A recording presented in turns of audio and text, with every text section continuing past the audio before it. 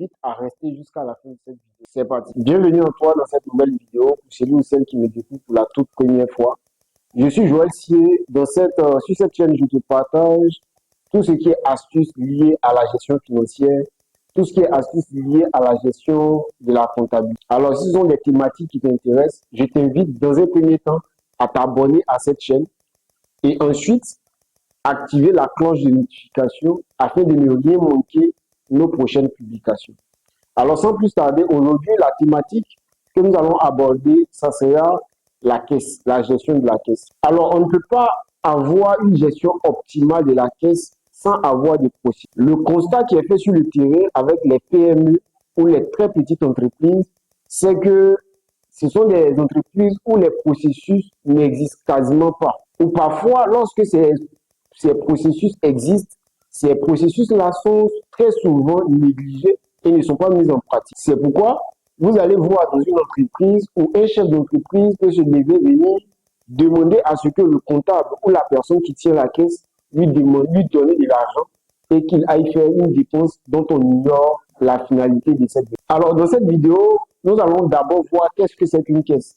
Une caisse, c'est un moyen de paiement en espèces, un moyen de paiement en cash que vous pouvez effectuer, soit en faisant des achats ou en payant une facture d'un fournisseur ou d'une tierce personne. De nos jours, combien de caisses avons-nous? Donc, nous avons la caisse physique que vous avez au sein de votre entreprise.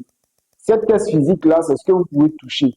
Dans cette caisse physique, vous pouvez toucher de la monnaie, vous pouvez toucher les billets de banque, vous pouvez toucher des pièces en termes de monnaie. Par contre, nous avons d'autres formes de caisses qui sont caractérisées par des monnaies électroniques, comme les comptes en mobile money. Aujourd'hui, ce sont des éléments que vous devez prendre en compte dans la gestion de votre caisse.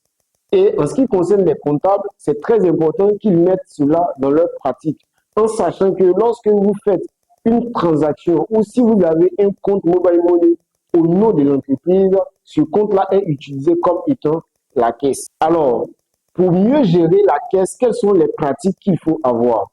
Dans un premier temps, vous devez mettre des procédures en place. Une caisse sans procédure ne peut pas avoir une gestion optimale. Parce que n'importe qui peut se lever et demander à ce qu'on lui donne de l'argent pour aller faire une dépense. C'est pourquoi, même si vous n'avez pas des procédures dans l'ensemble de votre entreprise, il est important d'avoir une procédure ou un processus pour le décaissement ou pour l'encaissement de tout ce qui est espèce dans votre entreprise.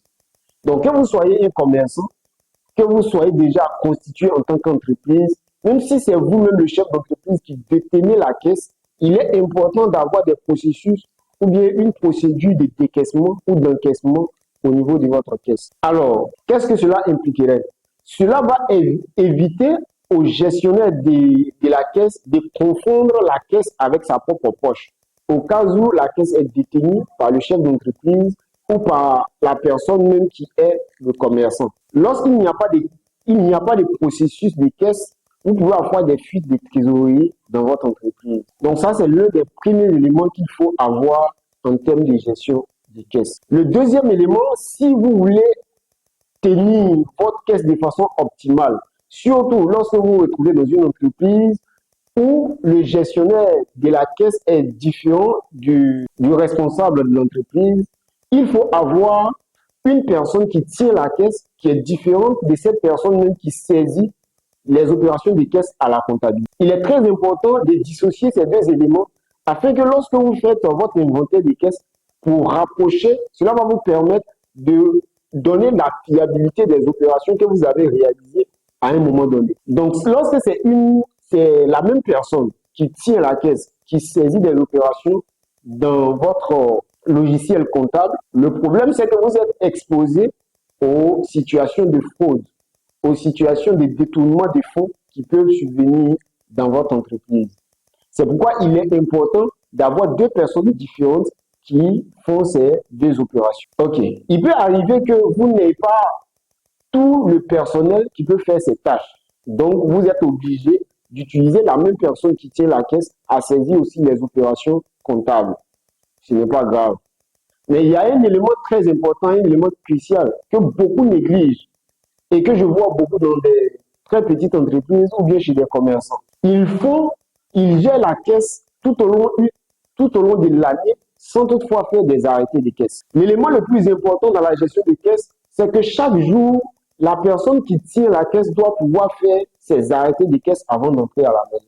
Ça, c'est une obligation. Ça, c'est un des premiers éléments qui va vous permettre de gérer de façon efficace votre caisse. Deuxièmement, vous devez avoir un planning d'inventaire des caisses tout au long de l'année. Et ce que je conseille ici, c'est que vous ayez des inventaires de caisses de façon hebdomadaire. Cela voudrait dire quoi? Chaque fin de semaine, vous devez arrêter votre caisse et faire un point récapitulatif de toutes les opérations que vous avez effectuées et faire un point afin de savoir quel est le solde de votre caisse à date. Le troisième élément ou la troisième clé que j'aimerais vous partager en tant que chef d'entreprise ou en tant que commerçant, ce que vous devez retenir, si vous avez une personne à part entière qui gère votre caisse, pour mieux contrôler ou pour auditer votre caisse, parce qu'il est dit, il y a un adage qui dit en finance que la confiance n'exclut pas le contrôle.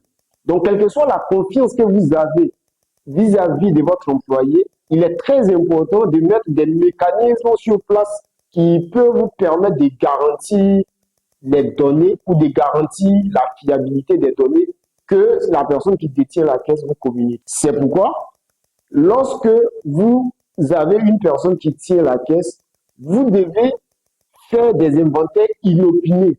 C'est-à-dire, vous ne prévenez pas la personne qui tient la caisse et vous supprimez la personne afin de faire un inventaire de caisse. Pourquoi il faut faire ces inventaires inopinés? Parce que l'homme, malgré sa bonne foi, à un moment donné, lorsque vous gérez la liquidité, vous pouvez être tenté lorsque vous êtes face à des situations données. Donc, quelle que soit la bonne volonté d'une personne, si cette personne-là gère de la liquidité, il faut des mécanismes de contrôle qui permettent à cette personne-là de créer certaines choses et qui peuvent l'empêcher de mettre sa main dans la caisse et utiliser l'argent de l'entreprise à ses propres besoins. Pourquoi il faut faire des inventaires de façon inopinée? Parce que lorsque vous planifiez vos inventaires et que les dates sont toujours connues, la personne qui détient la caisse, à chaque fois que vous devez faire des inventaires, est capable de prendre l'argent lorsqu'il y a un gap, de prendre son propre argent pour combler ce vide et après l'inventaire retirer cet argent.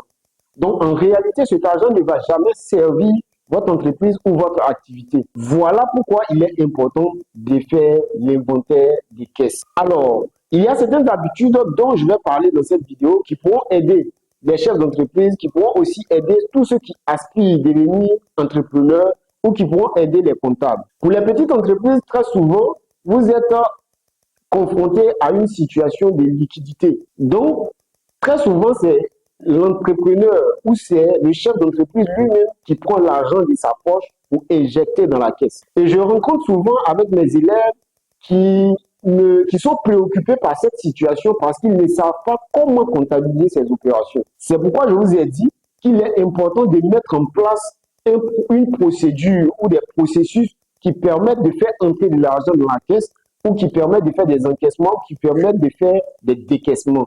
Parce que ces procédures vont vous permettre à chaque fois de tracer toute opération qui est injectée dans votre caisse. Quelles sont les opérations qui doivent obligatoirement passer par la caisse? Lorsque vous avez votre directeur qui a effectué une dépense à votre insu et arrive au bureau, qu'il vous informe qu'il a fait une dépense pendant que vous n'aviez pas de l'argent dans la caisse, que faire? Dans un premier temps, vous devez faire une entrée en caisse en débitant son compte courant, en créditant son compte courant et vous débitez la caisse. Et ensuite, vous faites maintenant la sortie qui sera équivalent à la dépense que le directeur a effectuée. Ça, c'est une opération. Vous pouvez avoir une opération dans le sens où vous êtes allé retirer l'argent de la banque et que vous êtes venu mettre dans la caisse. Ça, ce sont des opérations que vous rencontrez très souvent. Je pense qu'on ne va pas s'attarder là-dessus. Ça, vous maîtrisez ça déjà.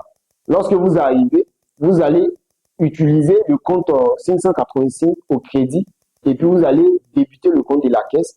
Et pour le retrait en banque, vous allez aussi créditer le compte de la caisse et puis débiter le compte 585 qui est le virement des fonds caisse banque. Quelle autre opération qui est concernée par la caisse? Très souvent, on est confronté, surtout lorsque nous sommes avec les PME moins ou bien les PME plus, où les commerciaux vont encaisser de l'argent avec les clients et par la suite, ils vont verser cet argent-là à la banque. Pour mieux contrôler ces mouvements-là, dans un premier temps, lorsque, en tant que comptable, un commercial vient vous donner un bordereau de versement d'espèces en banque, dans un premier temps, vous devez constater l'entrée de cet argent-là dans la caisse, même si vous n'avez pas touché cet argent, vous devez d'abord constater cet argent en entrée en caisse et ensuite en sortie de la caisse, aller vers la banque. Cela va vous permettre de mieux contrôler après et faire un rapprochement entre le compte du client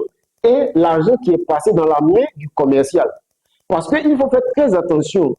Très souvent, je ne dis pas tous, il y a des commerciaux qui peuvent aller prendre de l'argent sans toutefois verser la totalité de l'argent qu'ils ont encaissé chez le client. C'est pourquoi il faut créer un compte d'attente pour ce commercial-là, de telle sorte qu'à une période donnée, vous sachez quel est le montant qui est passé dans la main de ce commercial et qu'est-ce que le client, si demain le client discute avec vous, vous serez capable de faire ressortir en un seul compte tout l'argent que le client a versé entre les mains du commercial et qu'il a versé à la banque.